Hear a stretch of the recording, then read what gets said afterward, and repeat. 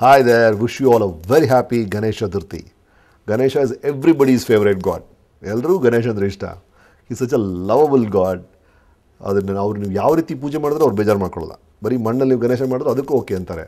ಈ ಥರ ಒಂದು ಮೂರ್ತಿ ಇಟ್ಟರು ಅದಕ್ಕೂ ಓಕೆ ಅಂತಾರೆ. ಆ ಥರ ಎಲ್ರಿಗೂ ಇಷ್ಟ ಆಗುವಂಥ ದೇವರು. ಈ ದಿನ ನಿಮ್ಮ ಎಲ್ಲ ಕನಸುಗಳು ಈಡೇರಲಿ.